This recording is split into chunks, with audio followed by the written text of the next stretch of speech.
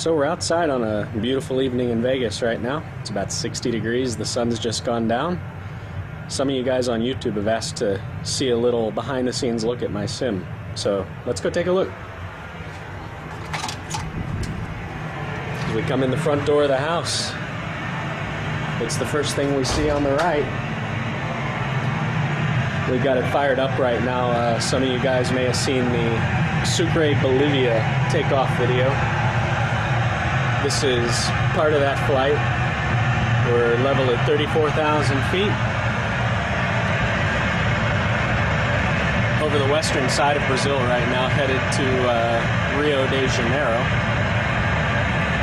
About 75 miles from Campo Grande. There's no wind at all right now, which I guess for 34,000 feet might be a little unusual, but that's what the real weather's saying it is down here. I'll give you a quick look across the main instrument panel.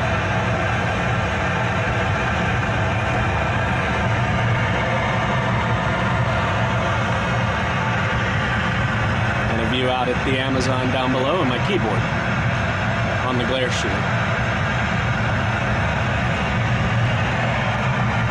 The yokes in here from Ace out of Canada, they're not linked, as so many of you guys have told me. But we'll work on getting linked yokes in the future. Still using CH rudder pedals on the floor.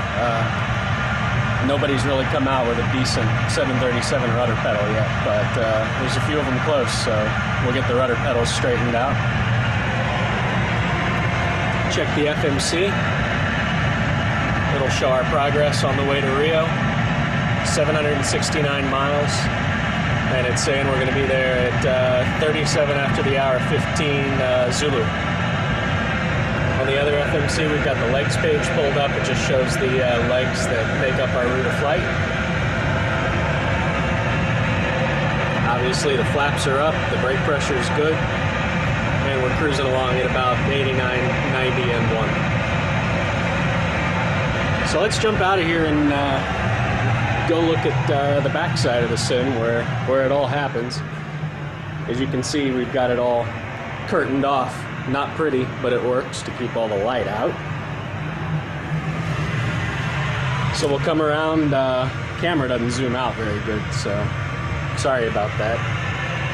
This is the 24-foot curved screen that wraps around the sim. And there's 3 projectors up here throwing the image that you see out the cockpit windows, mounted crudely on some plywood mounted over the shell of the sim. Everything that makes it work kind of happens back here. It's a god-awful mess, no doubt about it. We got railroad power packs everywhere, PCs. The railroad power packs are kind of a cheap solution to power all the 12-volt stuff. Map lights, integrated backlighting in the panels, stuff like that. The 2 computers on this side, each one of them runs a main display, I would call it, on the captain and co-pilot side. The primary flight display and the nav display. The big computer down here under my feet runs all the outside graphics. We're running FS9, of course. I can run this thing 60 frames per second anywhere in the world at basically 3 times the normal resolution. There's a little computer here next to my foot. That powers the center screen on the main panel, the control surfaces, engine display, blah, blah, blah. And then back around over here, there's 2 more small computers. They power 1 each of the FMCs. The back of the MIP, again, just a bunch of wires, switches, computer circuit boards. And really that's about it. So here's a look from the side of the sim. As you can see, the screen wraps all the way around. There are some projector edges. There's not a whole lot you can do about that without spending a ton of money. And you don't even notice them when you're actually in the sim. You take a peek through the windows, check everything out as it's flying by. We do have real clear plastic windows in the sim. walk back out into the foyer of the house here, and we'll go check out the overhead panel.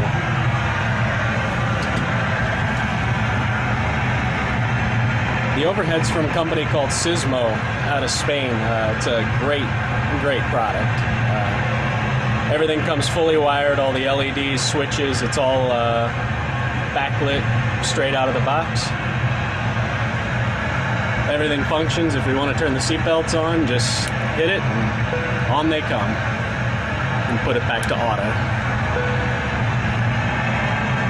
Comes with authentic locking switches, meaning for the more important switches that you don't want to bump with your head and switch on and off. You have to pull them out to move them. We can shut some fuel pumps off if we want, and that'll give us the fuel warning on the glare shield. We can cancel that out, and it'll go back off. So that's about it, really. We're running Flight Illusion chronometers. It's 11:11 local time, and on the other side we've got Greenwich Mean Time set, which would be 15:12 now. All the interior liners, don't know if you'll be able to see them, made by Flight Deck Solutions out of Canada also. That's where the aft overhead will eventually go. Come back over to the clock here. We can push the button on the glare shield, reset the stopwatch to 0. Got the steering tiller here. And best of all, pick these up at a CB radio store for $5. A couple of old CB radios, wired them into the computer, and they work. The seats in the sim are genuine seats out of a UPS 72100 that was scrapped in Marana a couple of years ago. I think it was 907 UP or something like that. Got the armrests work, everything slides, the rails are in place on the floor. As you can see, there's no pedestal in the sim yet. That's still to come. We've got up on the ceiling the map lights, which will shine down onto the Erlin 5 arrival there in Atlanta. I'm not sure that's the chart we're going to need to go into Rio, but that's the one that's there.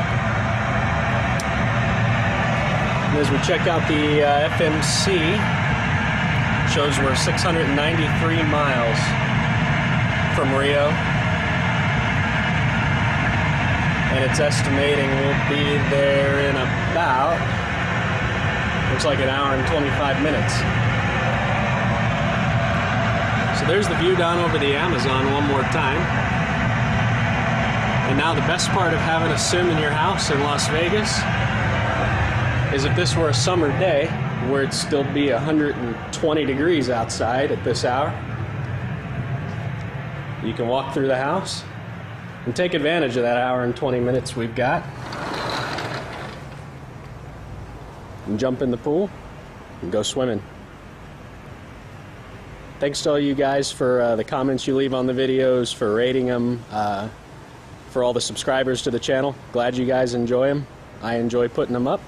And we'll talk to you soon.